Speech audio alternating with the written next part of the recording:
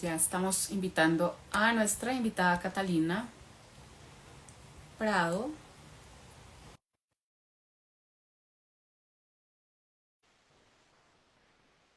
Muy puntuales, 5:30 en punto. Y como les había dicho, qué puntualidad, Catalina, por Dios. Hola, Katie, muy puntual. Me encanta que sean así, que estén conectados. Hola, hola. Bueno, Cata, bienvenida de nuevo.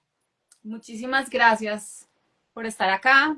Como les había contado hoy, volvemos a tener como invitada a Catalina Prado, que es nuestra aliada en todos los temas de créditos, tanto hipotecario como de leasing. La vez pasada estuvimos hablando de crédito hipotecario, de pronto nos faltaban las inquietudes que tenían los clientes, pero podemos hacer otro live, o sea, esto es interminable. De eso se Catalina, trata. sí, no, pues yo, yo Esto más sea algo feliz. chévere, ahí como un conversatorio, una cosa pues bien dinámica y que podamos ir abordando pues temas de actualidad también. No, de acuerdo, y además porque siempre hay muchas inquietudes que tienen los clientes constantemente. O sea, tienen muchos miedos. Por ejemplo, con el tema del leasing habitacional, la gente siempre tiene como muchas reservas y prefiere más irse por un crédito hipotecario. Entonces, pues chévere venirle a aclarar como estas inquietudes y pues obviamente brindarle las mejores alternativas a los clientes que en este momento están tan interesados en comprar. Y pues recordarles que el mejor momento de comprar es ahora. Catalina, bueno, igual como siempre me parecería chévere que te presentaras, pues porque siempre van a haber personas nuevas que están conectándose. Entonces, chévere que les cuentes quién es Catalina Prado y cómo les puedes ayudar pues a conseguir ese crédito. Listo, perfecto. Bueno, pues Clara, mil gracias nuevamente por la invitación. Qué rico estar aquí pues nuevamente contigo y con las personas que se nos vayan uniendo y bueno, que después a futuro en sus ratos libres tengan un espacio para ver este video. Les cuento muy brevemente porque tenemos mucho material para el día de hoy. Nosotros somos una empresa especializada en ayudar a las personas naturales que están comprando vivienda y requieren financiación. ¿Y qué es lo que hacemos? Tenemos un montón de bancos. Trabajamos prácticamente con todo el sistema financiero. Tenemos 7 bancos aliados para poderle conseguir a cada cliente su crédito, dependiendo del perfil del cliente y dependiendo de las condiciones de mercado, buscar el banco más competitivo. A los clientes lo que hacemos es acompañarlos en todo este proceso. Como este es un producto que tiene un montón de particularidades, pues la idea es que la compra de vivienda sea lo más sencillo posible y para eso existimos nosotros, que acompañamos al cliente desde que se aprueba la operación hasta que se desembolsa y se escritura el inmueble. Ese es el acompañamiento que damos, toda la asesoría pues permanente desde el inicio hasta el final y nuestro acompañamiento y servicio no tiene costo, porque a nosotros como empresa nos pagan los diferentes bancos. Ok, Catalina, es chévere y yo esto lo voy a repetir siempre. O sea, yo creo que es muy importante como recordarle a los clientes la importancia que se anticipen a hacer el estudio, tener ese estudio aprobado, tener ese crédito aprobado antes de comenzar a buscar una propiedad. O sea, la verdad es que sí marca la diferencia un montón al momento de pasar una oferta frente a otra persona, porque pues sí les puede dar capacidad pues de anticiparse y pues a un cliente, a un propietario le puede funcionar mucho más que una persona tenga el estudio aprobado, que se ahorra además 2 semanas, que uno piensa que no es tan importante, pero sí es bastante importante tener esas 2 semanas adicionales de ventaja.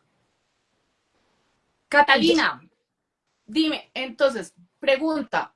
Aquí tenemos a Andrés Aguilar, que es muy juicioso en nuestras charlas.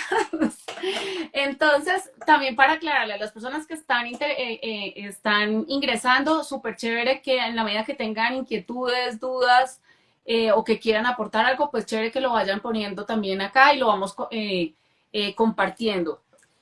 Y también las personas que más adelante vean esto, pues también si tienen inquietudes que lo dejen en los comentarios, que en la medida que podamos lo vamos resolviendo o yo los voy contestando por DM. Lo otro que te quería decir, Catalina, ¿qué es un leasing habitacional? Empecemos por la definición sencilla, Bueno, va a hacerlo lo más sencillo posible. por Un favor. Para leasing, dummies. para no enredarnos, un leasing es una modalidad de financiación cuyo objetivo es que el banco nos preste los recursos que nos están haciendo falta para comprar nuestra casa. Es decir, es una línea de financiación igual que un crédito hipotecario. Lo que pasa es que el leasing pues tiene, digamos, que unas particularidades que será un poco lo que vamos a ir viendo a lo largo pues de esta charla.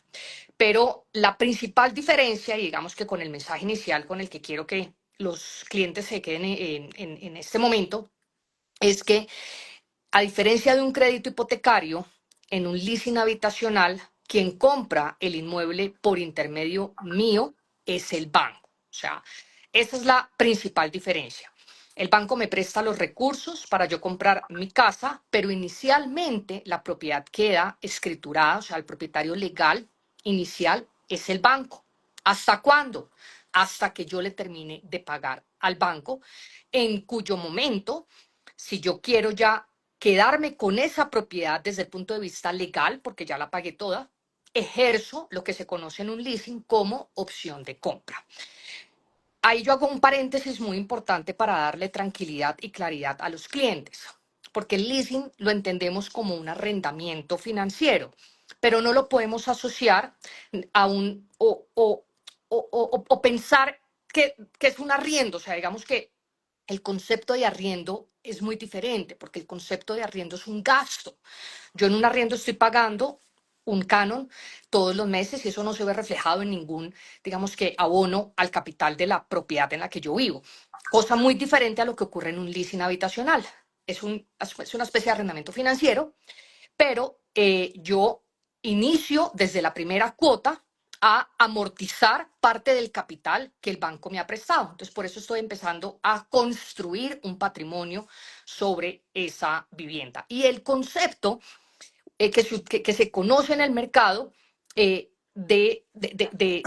digamos que de la titularidad de ese cliente deudor es el famoso concepto de locatario. O sea, el banco se vuelve el propietario y el cliente se vuelve el locatario. Pero ese locatario tiene absolutamente todo el derecho sobre el activo y es el que define qué es lo que se va a hacer con el inmueble.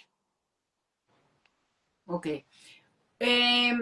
Tengo una pregunta, Catalina. Hay dos tipos de leasing, el habitacional familiar y el no familiar. ¿Cuál es esa diferencia? Bueno, ahí puede que hayan algunos ajustes que todavía no los vamos a ver y digamos que les cuento una noticia de algo nuevo que va a ser interesante y que realmente digamos que hacía la gran diferencia entre el habitacional familiar y el habitacional no familiar. Em, el leasing habitacional familiar, como su nombre lo indica, se entiende que es cuando yo voy a comprar para vivir. Entonces, las principales particularidades del contrato de leasing habitacional familiar, ¿cuáles son? Uno, aplican los beneficios tributarios, porque recordemos que en vivienda hay unos beneficios tributarios, pero cuando yo estoy destinando productos, en teoría, para vivir. Dos, aplica la ley de vivienda. Y ya al final, si quieres, hago la intervención de las modificaciones que estamos viendo o que vamos a ver en la ley de vivienda. Aplica la ley de vivienda. Y la ley de vivienda, hasta este momento, la mayoría de los bancos, ¿qué dice? Que yo como cliente tengo un tope de cuánto me puedo endeudar. ¿Cuánto me puedo endeudar por ley de vivienda? Hasta el 30% de mi ingreso, que es el que me determina mi capacidad de endeudamiento. Y tres, que siempre nos lo preguntan, es un contrato que el contrato per se no permite el subarriendo del inmueble. Cuando yo me voy a la línea del leasing habitacional no familiar, eh, en muchos casos, al final la estoy utilizando también para financiar la propiedad donde voy a vivir, ¿de acuerdo? Pero las tres diferencias, pues, van a ser ¿cuáles? Uno, como se entiende que es una línea que en teoría no aplica para vivir o que tiene un uso diferente, como por ejemplo el de los inversionistas que compran y financian esas propiedades bajo la línea de leasing habitacional. Entonces, ¿qué ocurre en este caso? Los beneficios tributarios no aplican. O sea, esta línea, en teoría, no, el cliente no debiera hacer utilización de los beneficios tributarios porque no la permite por ley. Dos, la ley de vivienda no aplica. Entonces, en estos casos, ¿qué ocurre? La capacidad de endeudamiento del cliente se nos puede ampliar un poco más, porque ya no tengo esa restricción del 30%, sino que en muchos bancos el análisis se hace con base un poco en la capacidad de endeudamiento y ahí en la mayoría de los bancos ampliamos ese porcentaje del 30 al 40%. Entonces nos da, digamos que posibilidad de prestarle al cliente un poco más. Y tres, el contrato permite el subarriendo. Recordemos que hay muchos clientes que les gusta comprar bajo la línea de leasing y tener su inmueble garantizado o ese arriendo garantizado con una aseguradora, por ejemplo, en cuyo caso, si yo voy a pedir algún tipo de autorización al banco, el contrato de leasing habitacional familiar no lo permite el de leasing no familiar. Entonces, me anticipo y doy una noticia nueva que es algo súper interesante, pero no está aplicando en ese momento en todos los bancos. Decíamos que la ley de vivienda iba al 30% del ingreso, pero hay un nuevo decreto de este gobierno reciente. ¿Y el decreto qué dice? El decreto ya nos amplió ese 30 al 40%.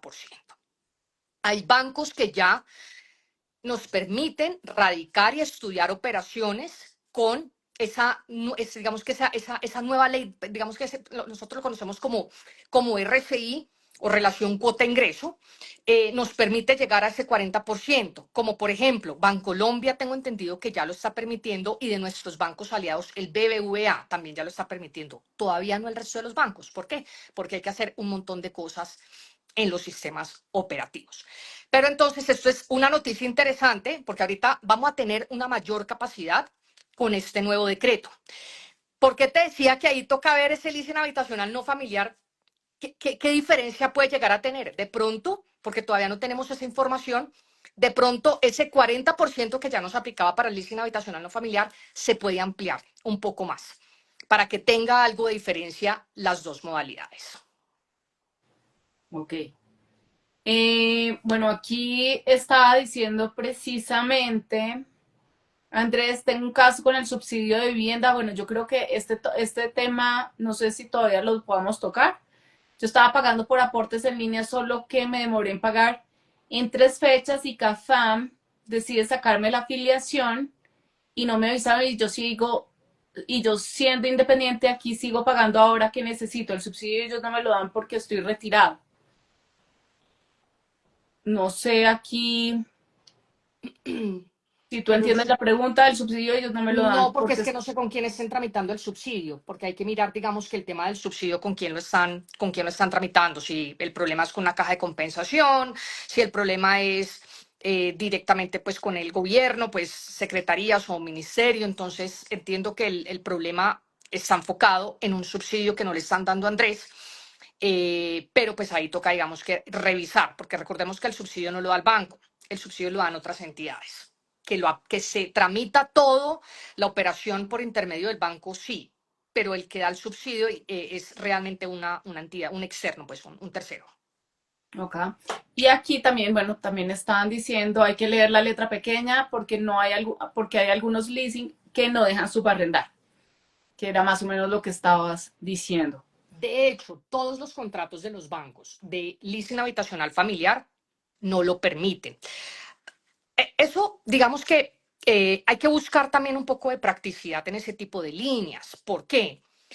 Porque en 20 años, que es usualmente el plazo de un crédito, pueden pasar muchísimas cosas. Entonces, por eso yo les decía, si vamos a pedirle una autorización a un banco, porque queremos tener, por ejemplo, una aseguradora que te la va a pedir, el contrato no nos lo va a permitir. O sea, el banco no nos va a dar la autorización. Entonces, pues ahí tocaría, digamos, que revisar o sea, si yo me fui del país por alguna razón y yo no quiero vender la propiedad y de todas formas yo le voy a seguir pagando al banco mi crédito, pues en este caso mi leasing correctamente, que es lo importante para el banco, que el cliente asuma su obligación, pues yo tengo que mirar la forma de poder poner en arriendo ese inmueble y tendría que no pedirle la autorización al banco, tendría que buscar una persona conocida o tendría que tener algo como de feeling con esa persona, con ese inquilino al que le estoy arrendando para que me dé algo de tranquilidad sin tener que pedir la autorización. No porque sea imposible,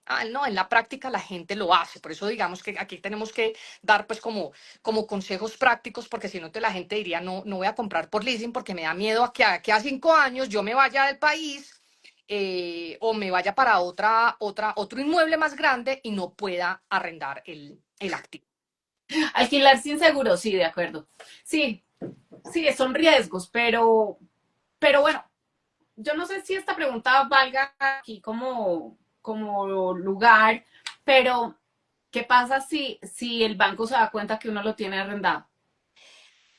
Pues mira, Clara, Ah, no te diría yo que, o sea, la probabilidad es casi que nula. Los bancos tienen un montón de claro. inmuebles. Ningún banco tiene un equipo que vaya a revisar sus propiedades, Sí, no. a ver en qué estado están, a ver si la que vive es Catalina o Catalina lo terminó subarrendando. No, eso en la práctica no es. Sería, digamos que muy costoso para un banco y administrativamente hablando muy difícil, muy engorroso. Entonces eso no va a ocurrir, pues como por Igual dar un poco de finalmente tranquilidad. al banco, perdón, te interrumpo, pero finalmente al banco lo que le interesa es que uno pague. De O acuerdo, por sea, eso te eso decía, es si tú sigues su... pagando tu operación, perfecto. De El acuerdo. banco no tiene, pues, no se va a enterar no se va a enterar, digamos que de este tipo de situaciones. Pero no podemos pedir, tenemos que tener claridad. Hay gente que le gusta trabajar solamente con una aseguradora. Listo, esa no es la línea para ti. Te toca un leasing habitacional no familiar. Ok.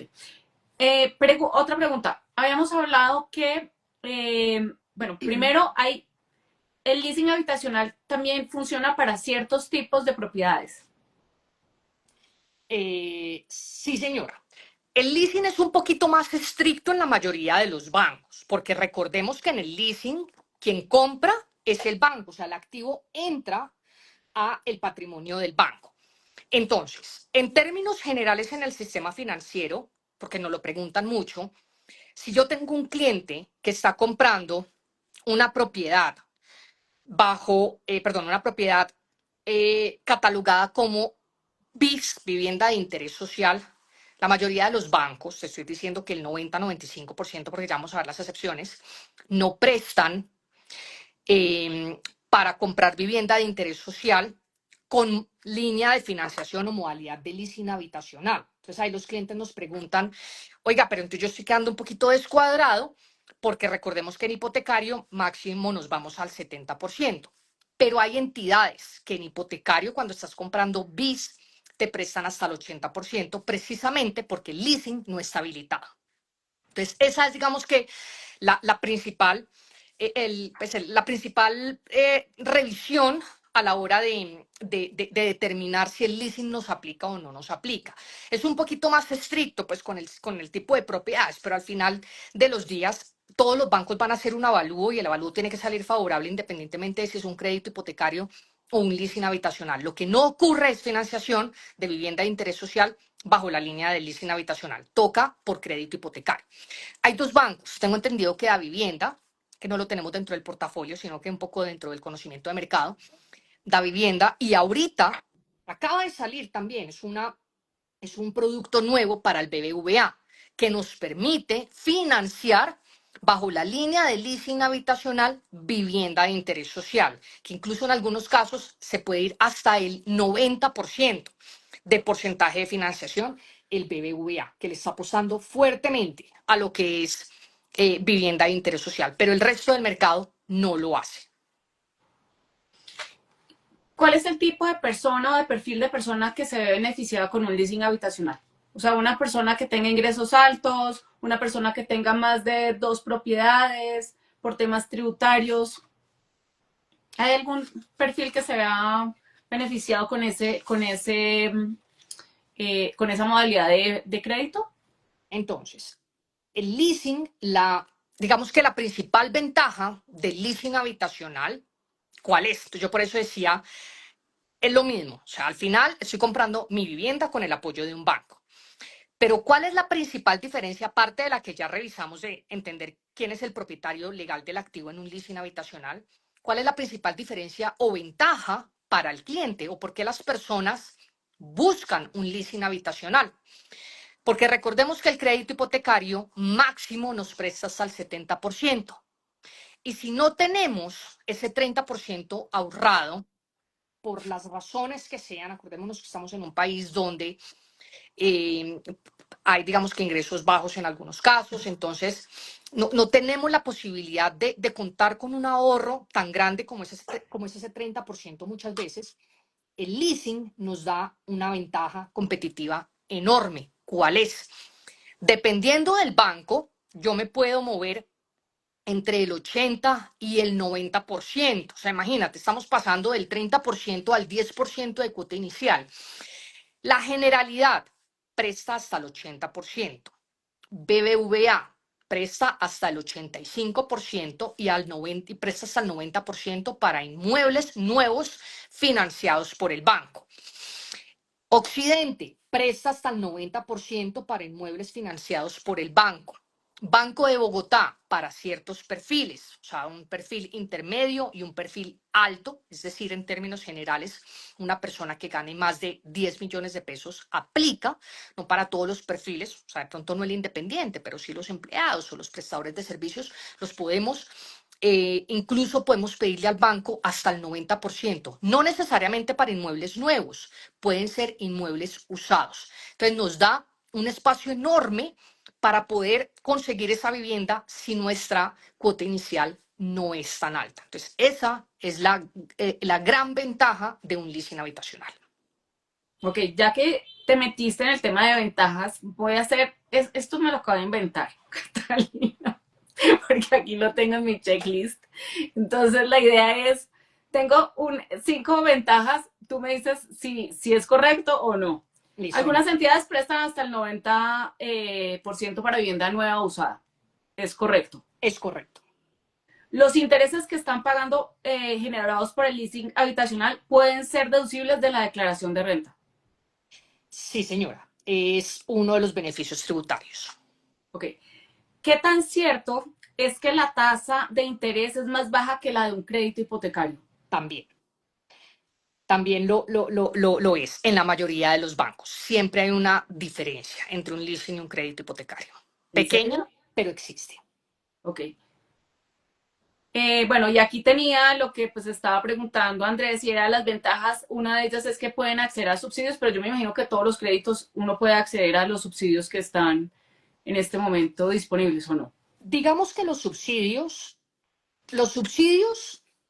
lo más importante que hay que tener en cuenta con los subsidios es el tipo de propiedad que se busca que tenga un subsidio. O sea, el subsidio no aplica para todas las propiedades, aplica para vivienda nueva, no vivienda usada, porque el subsidio siempre ha buscado es incentivar el sector de la construcción. Entonces, por eso el subsidio va al que está comprando vivienda nueva. Y los subsidios también están enfocados en donde hay mayor déficit de vivienda, que es que bis, no bis. Es decir, lo que es vivienda no bis, que recordemos que, esto no recuerdo si lo hablamos la vez pasada, vivienda de interés social va en términos generales. La vivienda de interés social, o más bien, la catalogación entre bis y no bis se hace con base en el valor comercial del activo, ¿de acuerdo? Y lo que es vivienda de interés social hay que revisarlo año a año. ¿Por qué? Porque todo lo que sume hasta 150 salarios, y como el salario cambia todos los años, pues por eso hay que hacer el cálculo todos los años. En este momento estamos diciendo que propiedades que van hasta 213 millones de pesos quedan catalogadas como bis. Todo lo que está por encima de ese valor es no bis. Y ahí, como le está diciendo Andrés, muy bien, los subsidios están enfocados en vivienda de interés social, o sea, en una población específica de propiedades. En momentos determinados, como por ejemplo la pandemia, que queríamos impulsar todo esto y darle dinamismo a la economía, salieron con unos subsidios, si mi memoria no me falla, por 3 años, y ampliaron ese rango y entró la vivienda no bis hasta como 500 o 600 millones de pesos que cobijaba un montón de propiedades a poder acceder a esos subsidios. Pero en términos generales, siempre los subsidios están enfocados, como lo menciona Andrés, en vivienda de interés social nueva. Ok, perfecto. Bueno, entonces siguiendo con nuestro verdadero falso, vamos por desventajas. Entonces, una desventaja es que no soy el propietario, pero sí me tengo que hacer responsable de pagar el predial, de pagar la administración y de pagar todo lo que implique estar en ese inmueble durante el tiempo que esté pagando ese crédito. De Eso es acuerdo, correcto. de acuerdo. Si no he pagado una cuota del banco, el banco tiene la autoridad para desalojarme, ¿no es cierto? Bueno, digamos que eso es algo muy importante para darle tranquilidad a las personas que entran bajo la modalidad de leasing habitacional. Aquí lo que los bancos revisan es el tiempo de mora del cliente, independientemente de si es leasing o crédito hipotecario. Los bancos tienen unas áreas de recuperación de cartera, hay unas políticas de recobro de cartera. No porque en la primera, no sé, en el Se demoró mes, y ya lo van a desalojar. en el día 31 me colgué y llegan acá y me van a desalojar. No, no funciona así. Y tampoco funciona así para el crédito hipotecario. Por eso te decía que la política de recobro de cartera es la misma. Y lo importante que es que yo no esté tanto tiempo en mora, porque en la medida en que yo empiece a tener una mora de, no sé, 180, un montón de días, pues ahí es donde el banco ya dice, Catalina no va a pagar y entra en un proceso de cobro jurídico para salir a revenderla. O sea, al final el banco lo que hace, independientemente de si sea un leasing o un crédito hipotecario, es mirar inicialmente que el cliente pueda ponerse al día, pero si definitivamente el cliente no se puede poner al día, pues tiene que entrar un abogado en esa operación y al final de los días el banco tiene que salir a vender esa propiedad. ¿Para qué? Para que lo que Catalina le debía se lo pueda pagar. Y si hay un saldo restante que queda producto de esa venta porque Catalina ya había amortizado algo del capital, pues se lo van a entregar eventualmente a Catalina. Pero no es que porque sea un leasing y el dueño sea el banco, van a llegar aquí de una a desalojarme. No, no funciona así. Eso es lo que yo quería preguntar, que si entonces, ¿qué pasaba, digamos, con el dinero que esta persona ha abonado a la compra durante años, por decirlo así? Me explico, pongamos un ejemplo numérico práctico. Vendemos el inmueble, entran y rematan ese inmueble y lo venden en 500 millones de pesos. Y hasta ese día, Catalina le debía 200 millones de pesos al banco. El banco que coge 200, se paga su deuda, paga todos los honorarios, porque eso va a generar un montón de plata a un abogado que ayudó en toda esa operación, pagarán los honorarios correspondientes y el saldo restante se lo dan al cliente. Ok. O sea, el banco no es que se vaya a quedar con todo, el banco cubre su deuda y cubre los gastos asociados a un tema de recobro de cartera. Otra de las preguntas que tienen nuestros clientes, Catalina, es, soy propietario y tengo un leasing habitacional y mi cliente ya tiene un crédito aprobado. ¿Hay que hacer doble escrituración? O Eh, en este caso, ¿qué es lo recomendable? Cesión de derechos. bueno, entonces, cuando hay un leasing habitacional, cuando yo tengo una propiedad que estoy vendiendo y tiene un leasing habitacional y tiene deuda existente, lo más recomendable siempre y lo más sencillo y económico es hacer una cesión del contrato de leasing. ¿Qué es una cesión del contrato de leasing? Vamos a decir que Catalina le está vendiendo a Clara. Y Clara va a necesitar también recursos de un banco para terminar de pagarle a Catalina. Y el apartamento estaba financiado por el BBVA. Entonces, lo que vamos a hacer es que vamos a presentar a Clara en el mismo BBVA para que el banco le apruebe a Clara una nueva operación y con tu nueva operación me van a cancelar a mí internamente lo que yo le estaba debiendo al banco. Es una cesión del contrato. Al ser una cesión del contrato no significa que mis condiciones pasan a ser tus condiciones. Ojo con eso Es, que es muy importante. esa es otra Tú pregunta. eres una nueva persona en un nuevo momento de mercado. Tú puedes incluso, si yo le debía al banco, no sé, 200, si tú necesitabas 250, tú puedes pedirle al banco y retanquear nuevamente la garantía hasta los topes de máximos de financiación.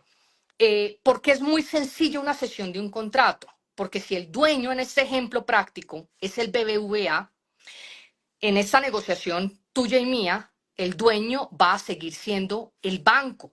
No hay escrituración, Doble escritura. no hay una compraventa como tal, por decirlo de alguna forma. Hay una cesión del contrato. Yo dejo de ser la locataria y deudora ante el banco para tú volverte la persona que le va a deber al banco. Y ya cuando tú le termines de pagar al banco, si tú ya te vas a quedar al final con el inmueble, al final lo que harías tú sería ejercer la opción de compra. O sea que la opción de compra, aquí no habría escrituración, esa escrituración eventualmente se generaría al final. Pregunta. Entonces, ya vamos con la pregunta de Nicolás. Entonces, una pregunta. Cuando estamos hablando de la cesión del contrato y que, y que las condiciones no tienen que ser las mismas que tenía el antiguo propietario o el antiguo locatario, eh, digamos que tenía una muy buena tasa, yo me puedo ver beneficiada de esa misma tasa o el banco tiene al hacer, digamos que el nuevo estudio y todo eso, ellos ya replantean la tasa según el perfil del cliente. De acuerdo, porque ahí entran a jugar dos cosas. Uno, el perfil del cliente. Y los perfiles, recordemos que lo vimos en la anterior charla, nos determinan las tasas de interés. Dos, el mismo banco. Puede que el BBVA en su momento tuviera la mejor tasa del mercado y puede que ahorita que tú estés haciendo esa sesión no sea el banco más competitivo. Y tres, sobre todo el momento del mercado. O sea, por decir algo, si Clara entró en ese leasing en el año 2023, cuando las tasas estaban en las nubes, 18%, y resulta que le va a vender ahorita a Catalina, y Catalina hace una cesión del contrato con el mismo banco, pero ya en el año 2025, a mí ya no me va a aplicar el 18, me va a aplicar posiblemente una tasa que se mueva entre un 11 y un 12%, porque es la coyuntura en la que estamos. Entonces, dependiendo, acordémonos eso, que el comportamiento del mercado es el que nos va a determinar y el momento del mercado es el que nos va a determinar las tasas de interés. Y el perfil del cliente. Y el perfil. Listo. Pregunta, Nicolás, ¿cuántas veces se puede hacer un contrato de leasing? Pues Nico, yo te diría que infinitas dependiendo de todas las transacciones que se vayan dando en el camino. Por eso al final de los días el leasing, que ya yo creo que lo vamos a terminar viendo en una de tus próximas temas de pros y contras, el leasing es súper atractivo para el banco porque en la mayoría de los casos, digamos que tanto el activo como la deuda va a permanecer durante muchísimo tiempo en el banco, porque en la mayoría de los casos se hace esa cesión de contrato de leasing. ¿Y en cuánto están hoy en día las tasas de un leasing? Que creo que lo acabaste de responder. El promedio, ya les voy a decir de pronto con qué bancos nos estamos moviendo con unas tasas un poco más competitivas. El promedio del mercado está en este momento entre el 11,2, 11,5 al 12% incluso. Hay incluso algunos bancos con unas tasas un poco más elevadas. El grueso de las operaciones están en ese rango. Como todo, hay excepciones. Banco de Bogotá, y le hago aquí la cuña a los amigos del Banco de Bogotá, tienen una campaña en este momento muy interesante, muy competitiva, pero es una campaña puntual, hasta agosto. En agosto vamos a ver si la renuevan o termina. Va hasta agosto la campaña, vivienda usada, leasing o crédito hipotecario. Lo que el banco quiere es la nómina del cliente, entonces el cliente tendría que trasladar su nómina y hay un monto mínimo de financiación que son 200 millones de pesos y la tasa que tendríamos es el 9,95. Banco de Occidente, también para perfiles altos, operaciones importantes, estamos consiguiendo también con algo de portafolio asociado tasas que se nos puedan mover tanto para crédito como para leasing en el mejor de los casos, 10,2, 10,5 aproximadamente. Son, digamos que, tasas pues muy preferenciales. Esto no es un masivo y por eso estamos nosotros, porque tenemos que entender cada cliente para poder ver cómo hacemos esa presentación y conseguir las mejores condiciones. Bueno, aquí dice Nicolás que puedo arrendar un apartamento que compré con leasing. Ponchado, como diría Jenny. Ya respondimos esa pregunta. Entonces, no, pues si quieres, dale una respuesta breve, En pero la, lin- depende. en la línea de leasing habitacional familiar, Nico, el contrato no lo permite. Por eso existe la otra modalidad. Ahora bien, buscamos siempre practicidad con nuestros clientes y pues la idea es que el cliente pues no tenga que pedir alguna autorización porque tenga asegurado pues el arriendo del inquilino, para que pues en la práctica pueda eventualmente bajo la modalidad de leasing habitacional familiar subarrendar el apartamento. Listo. Otra pregunta. Llegué tarde, sí, señor. No mentiras. Otra pregunta. Ay, se me fue, se me fue. Estábamos hablando, bueno, sí, la gente le tiene un poquito de miedo al leasing habitacional, pero digamos que hay también maneras, pues, que la gente puede amortiguar, digamos que es los tiempos o el plazo que tiene una persona en un crédito de leasing habitacional. No sé si me estoy haciendo entender, pero ahí me enredó un poquito.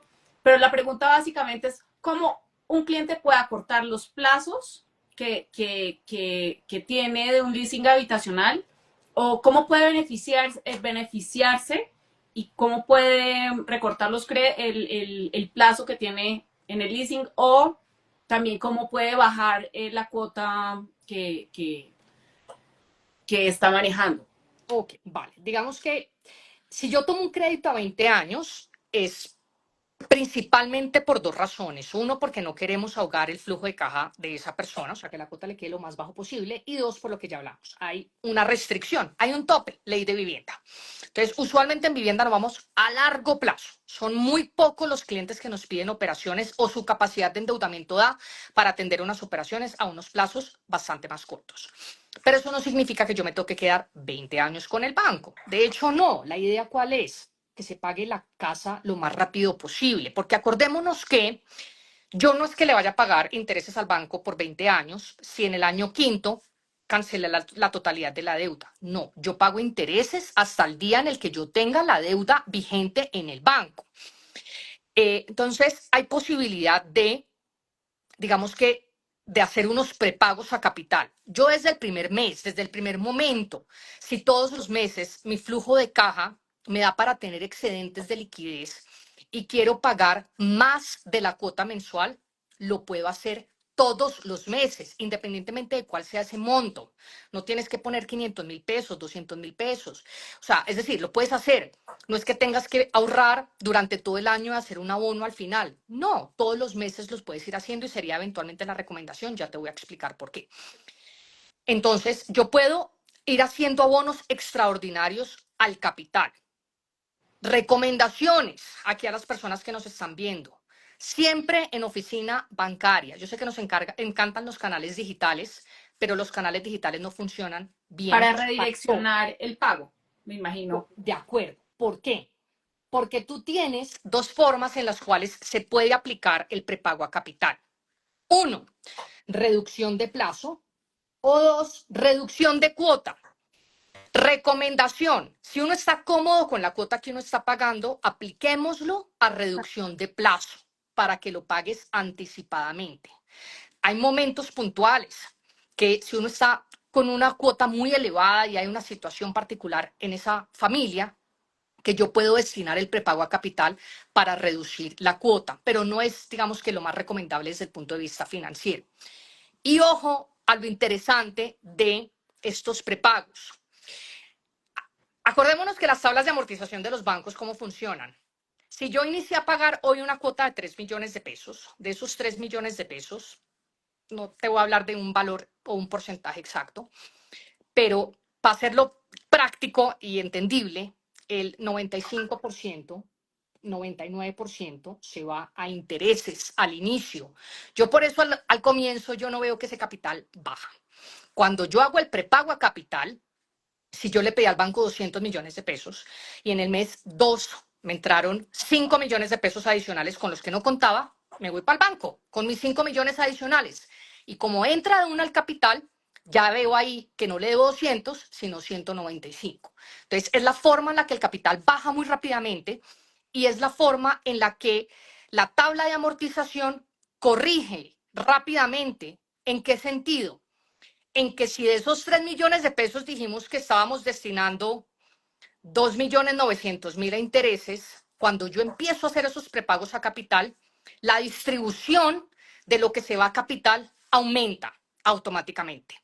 Entonces, por eso es que yo pago más rápido el crédito y reduzco el plazo. Tengo otra pregunta, Catalina. Eh, He oído que muchas personas recomiendan, y no sé eso qué tan cierto sea, eh, endosar el seguro.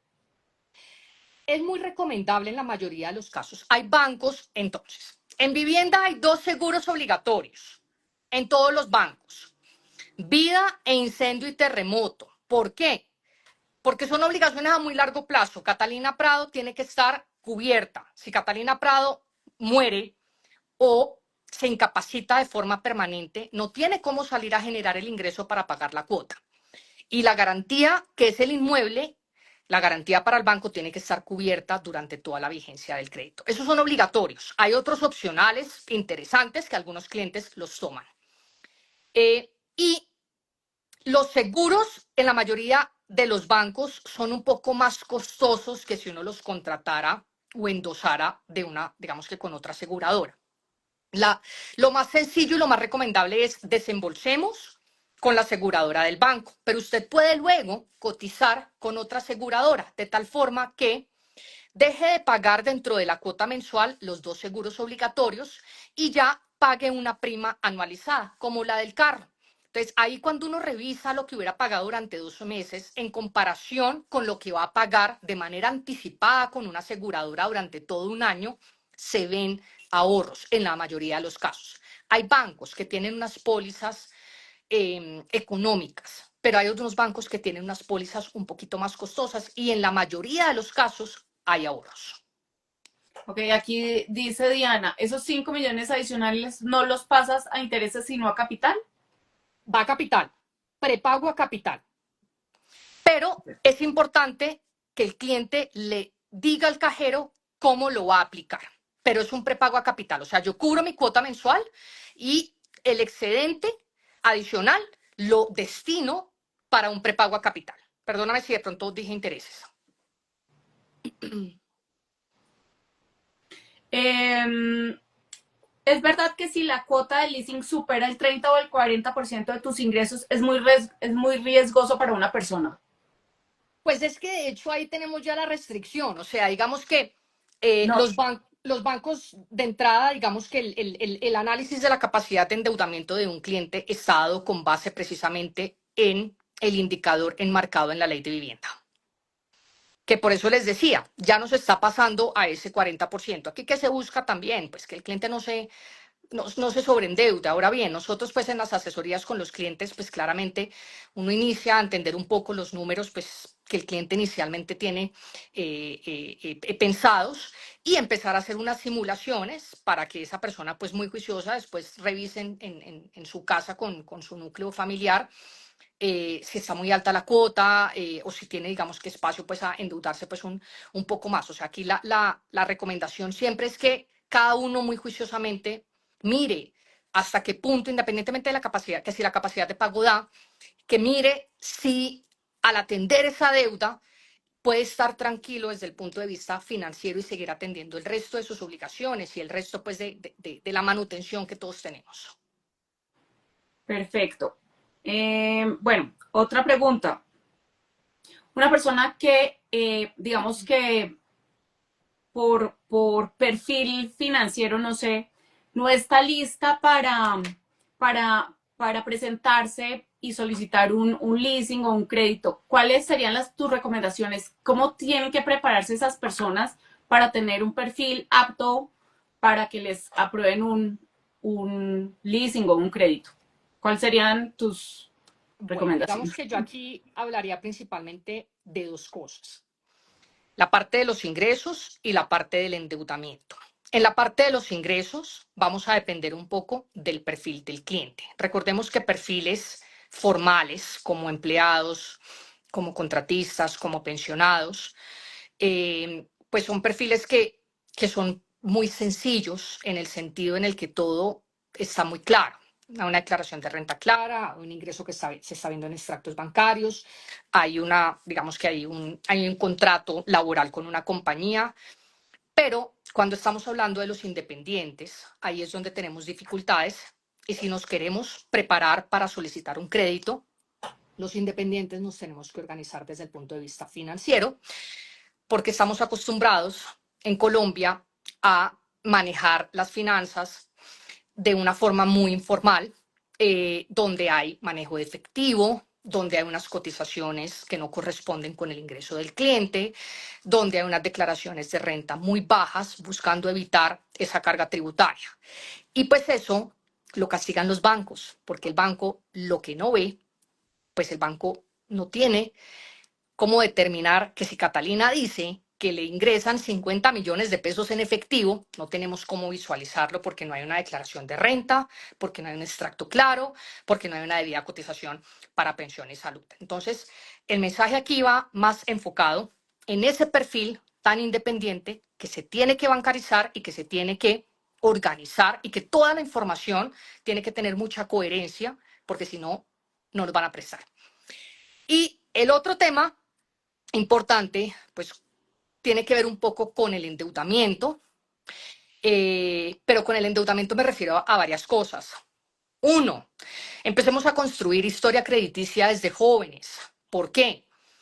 Porque parte del análisis de crédito de los bancos es mirar centrales de riesgos. ¿Para qué? Mirar el puntaje que tiene Catalina. ¿Tiene buen puntaje? ¿Tiene mal puntaje?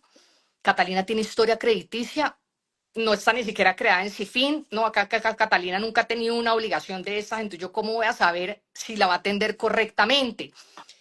Catalina le encanta recibir todas las tarjetas de crédito que ofrece todo el sistema financiero. Entonces, cuando hablamos de endeudamiento es: cuidemos nuestros hábitos de pago. Hay que pagar bien, hay que atender correctamente todas las obligaciones, y no solamente las del sistema financiero, el sector real. Hay que pagar bien el teléfono, hay que mirar que no tengamos cuentas embargadas por secretaría. Todas estas cosas salen ahí y determinan un puntaje que es el que le da al banco un indicio de poder predecir a futuro esta persona si es buena paga o mala paga. Y dos, no podemos estar sobreendeudados, porque si estamos sobreendeudados o tenemos un montón de cupos disponibles, de tarjetas, de sobregiros, de rotativos, que son cupos que están ahí disponibles para utilizar en cualquier momento, pues los bancos nos van a decir: qué pena, pero es que tú ya estás copada. Entonces, eso hay que revisarlo muy bien. Tengo una pregunta y aquí también te la están haciendo.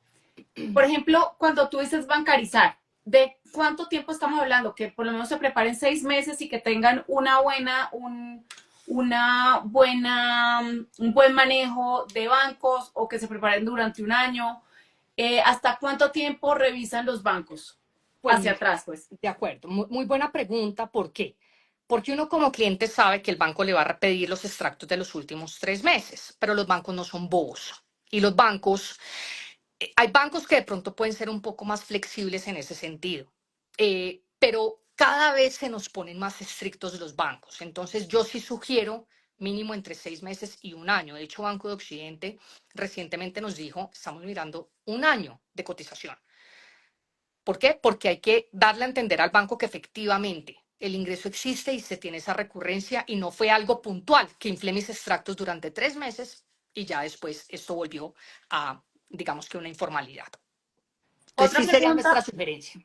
Ok, otra pregunta antes de ir con la pregunta de Nicolás. Em, ¿Yo puedo revisar qué puntaje tengo ante el banco?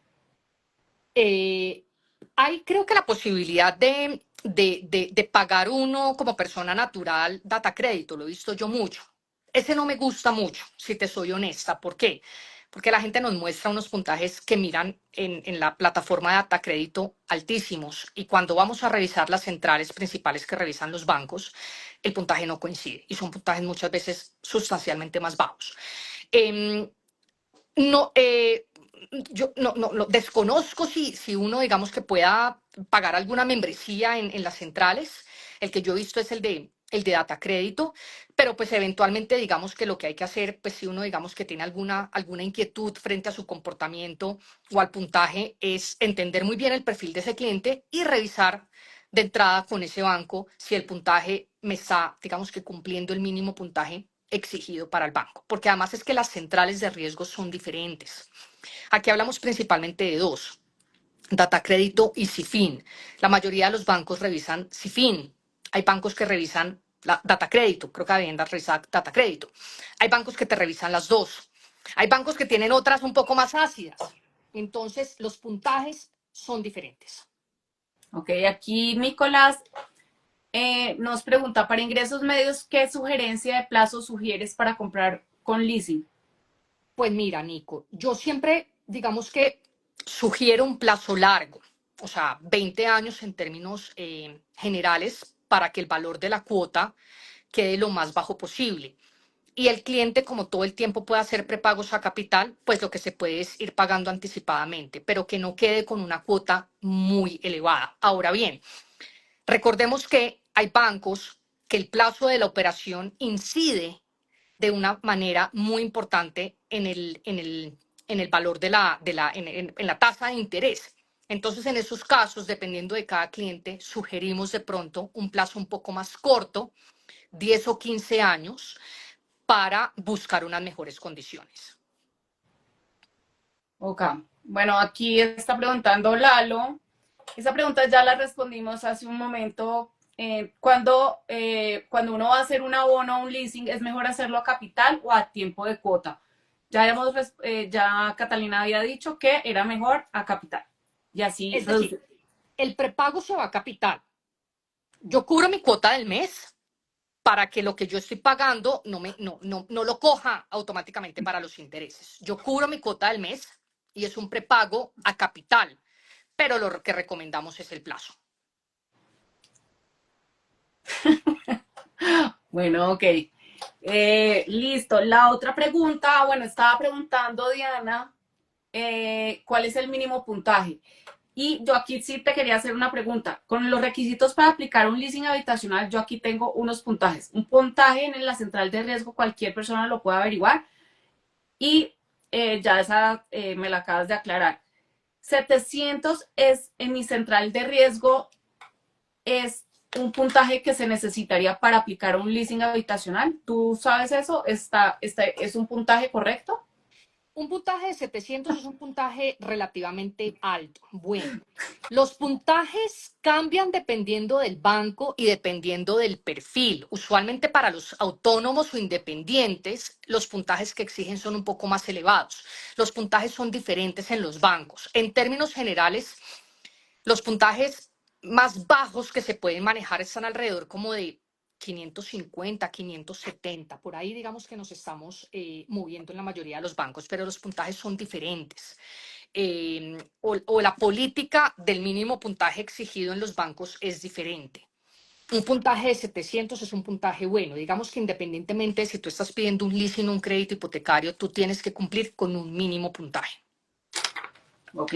Y lo otro que me parece también clave es la capacidad de endeudamiento de hasta el 40% del salario o de tu núcleo familiar. O sea, eso también me parece muy valioso que las personas que de pronto no tengan los recursos para acceder a un crédito se unan con su esposo, con sus hermanos y ahí pues pueden acceder a un crédito mucho más alto. De acuerdo. Importante, hay una política de consolidación de ingresos, porque no me puedo unir con todo el mundo. ¿Yo con quién me puedo unir? En términos generales hablamos de máximo hasta 4 titulares, pero ¿yo con quién me puedo unir? Con padres, con hermanos, con cónyuge o con hijos, únicamente. Es decir, yo puedo unir los ingresos de estas personas solamente. Yo puedo comprar con otra persona, eso no tiene ningún problema, pero no nos van a tener en cuenta los ingresos de los dos. Yo compré con un amigo, compré con un primo, no importa, compré con el tío, no importa, lo puedo hacer, pero me tienen en cuenta el ingreso del tío o mi ingreso, no ambos. Entonces, eso es importante, esa política de conciliación. Bueno, esta pregunta sí me parece súper importante y es, si yo vendo mi inmueble, ¿podría pedirle al banco que ese cupo me lo dejen abierto para otra inversión? Gerardo, eso nos funciona mucho más fácil con el hipotecario. El leasing, recientemente, digamos que buscamos un tema con un banco que ya existía un leasing y que había espacio a darle un poco más de crédito al cliente, y eso en la práctica se conoce como un leasing de mejoras. No, no es tan sencilla la línea, no es tan habitual. Funciona muy bien con el crédito hipotecario. Con el crédito hipotecario, digamos que yo digamos, no todo el tiempo, pero sí puedo retanquear la garantía en varias oportunidades. Incluso si yo tengo una propiedad que está libre de deuda y de gravamen, de hipoteca, yo se la puedo entregar al banco. Es decir, me estudian a mí, yo tengo que ser sujeto de crédito y me hipotecan esa propiedad y me prestan unos recursos. No hay compraventa, me prestan unos recursos y ese es el famoso crédito de remodelación. Ok, eso me parece, esa palabra me parece clave, es la de retanquear el leasing. Yo acabo de pagar completamente el crédito o el leasing habitacional y ahorita quiero retanquear para comprar otra propiedad. ¿Cómo o sea, o cómo le saco ese beneficio si ya tengo un leasing habitacional y quiero comprar otra propiedad? Ahí nosotros recomendamos siempre que cada operación se revise de forma independiente. Es decir, si tú tienes una propiedad, de acuerdo, ya financiada, tienes una propiedad ya financiada y la vas a seguir pagando, pero vas a comprar otra y necesitas una nueva financiación para esa otra, recomendamos pedir un nuevo crédito o un nuevo leasing sobre esa otra propiedad, porque los porcentajes de financiación son los más amplios, 70 o el 80%. Pero cuando yo estoy hablando de esos retanqueos de las propiedades, en la mayoría de los casos, sobre todo, vuelvo e insisto, en la parte de hipotecario, máximo me prestan hasta el 50% de esa propiedad. Entonces, por ejemplo, y en unas condiciones más altas, o sea, un crédito de remodelación es un crédito con una tasa de interés usualmente mucho más elevada. Entonces, por eso no recomendamos trabajar sobre la misma, ¿no? Esta tiene un crédito y por allá tenemos otra en otras mejores condiciones. Listo. Ya estamos casi terminando porque ya vamos a cumplir la hora. Y nuevamente aquí charladito y con regaño incluido, pero no sé si te parece si Andrés hizo otra pregunta y es, ¿qué caja de subsidio no pide antigüedad? Andrés, me corchas. No soy la experta en temas de cajas de compensación. No, no sabría decirte. Porque usualmente digamos que nosotros como banco en esa parte de los subsidios de cajas de compensación no entramos. De acuerdo. Y bueno, Nicolás hace esta pregunta. Entonces, ¿puedo vender mi apartamento con leasing a un cliente que va a comprar con crédito hipotecario de otro banco? ¿O es mejor aprovechar el leasing para comercializarlo con sesión de leasing? Entonces, Nico, lo último que tú mencionas que ya lo habíamos hablado. Lo más recomendable es una sesión de un contrato de leasing. ¿Por qué? Porque no es viable la primera opción que tú mencionas. Si yo tengo mi leasing con el BBVA y le estoy vendiendo a Clara y resulta que Clara necesita el 80% y yo todavía le debo al banco un montón de plata y Clara no tiene con su cuota inicial cómo cancelar lo que yo le debo al BBVA y llegó Clara con su carta de aprobación del Banco de Bogotá porque está regalando la plata al 9,95 en comparación con el resto del mercado, ese crédito no sirve para ir a cancelar lo que Catalina le debe al BBVA. Esa figura, no voy a entrar aquí en las excepciones porque si no nos demoramos otra hora, esa figura en términos generales no se maneja en el mercado. Si hubiera sido un crédito hipotecario, sí, pero en un leasing habitacional, no. en un leasing habitacional no es factible hacer el pago de esa obligación con el crédito de otro banco. Si el cliente eventualmente no quisiera un leasing, pues lo mejor sería también orientarlo por el mismo banco. Por eso vuelvo, insisto, a los bancos les gusta muchísimo el leasing porque da mucha estabilidad en su cartera. Ok, por último, bueno, la pregunta de Nicolás, y a mí me gustaría que repitieras la cuña para cerrar con lo del Banco de Bogotá y que hay como algo especial hasta agosto, hay un plazo especial pues para las personas que quieran acceder a un leasing o un crédito hipotecario. Sí, es el momento. Eh, en este momento, o sea, de verdad, nosotros estamos ayudándole a la mayoría de nuestros clientes que nos están accediendo a trasladar su cuenta de nómina al Banco de Bogotá, porque de lejos está teniendo las mejores condiciones. Estamos hablando de un 10%, un 9,95. Es una tasa ya, digamos que casi llegando a los mínimos históricos, un poco anticipándome a la pregunta de Nico. Entonces, es la oportunidad. O sea, si encontramos es la mejor tasa del mercado en este momento porque sí estamos viendo unas tasas sustancialmente más elevadas con el resto, pues digamos que de la competencia. Entonces aprovechemos esas buenas condiciones de este momento porque no sabemos si se vayan a seguir extendiendo y si no, pues automáticamente estamos hablando de un rango un poco más alto. Y la otra cuña es que si quieren también que les ayudemos a vender, comprar o arrendar su propiedad, que nos escriban por acá por DM. Entonces, la última pregunta de Nicolás. eh, ¿Van a subir o bajar las tasas hipotecarias y del Banco de la República? Pues Nico, la expectativa claramente es a que haya algo más de reducción. En la medida en que la inflación siga cediendo, el Banco de la República muy gradualmente y muy conservadoramente irá revisando las reducciones en su tasa de intervención, que asimismo lo iremos viendo muy gradualmente y no necesariamente si el Banco de la República bajó hoy, vamos a ver automáticamente la disminución en la tasa del banco el día de mañana. Hay espacio todavía a reducción en las tasas de interés. Yo les hablaba de un rango promedio del 11 al 12. Debiéramos estar llegando a algo entre el 9 y el 10%. ¿De aquí a cuándo? Como es tan gradual, de pronto no lo vamos a terminar de ver en el 2025. Va a ser algo pequeño hasta el 2026, pero ya estamos en un escenario de bajista, pues digamos que de tasas, entonces es la oportunidad de endeudarnos y de comprar nuestra vivienda en unas buenas condiciones.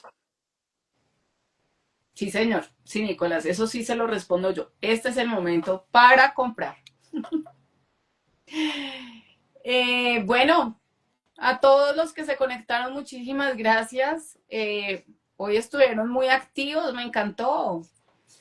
Lalo, te respondo, el crédito lo asumirías vos. Entonces, bueno, no. Por si tienen más preguntas, si quieren otro live con Catalina, pues me parecería muy chévere que dejaran acá abajo sus comentarios. Si quieren un tema en especial que profundicemos, sería increíble que nos dejaran saber cuál es el tema de su elección o cuáles son las inquietudes de sus clientes, pues para que lo podamos desarrollar y que ustedes también lo puedan transmitir de la mejor manera posible. Entonces, Catalina, 6:34, una hora. Esto se pasó volando, pero se cumplieron todas las preguntas No, muy para bien. que veas, lo Ahí logramos. Muy bien. siempre hay mucho para hablar. De hecho, siempre nos quedó ahí un montón de material adicional para hablar. En mis apartamentos se pueden contactar www.pats.com.co y ahí encuentran a la broker estrella Clara Navia y ahí pueden ver cuáles son las propiedades o cualquier propiedad que tengamos en la plataforma se las puedo ayudar a vender o a mostrar. Entonces, Catalina, de nuevo, un abrazo, muchísimas gracias. Tenemos, creo que otro live pendiente, les estaremos compartiendo el día y la hora. Igual la idea es que sea cada 15 días y más o menos a esta misma hora, pues para que todos estén súper alineados. Un abrazo, muchísimas gracias. A ti, un abracito. Feliz noche a Yo todos. terminé, yo terminé azul con... Bueno, chao, gracias a todos por conectarse. Chao, chao. Chao, chao.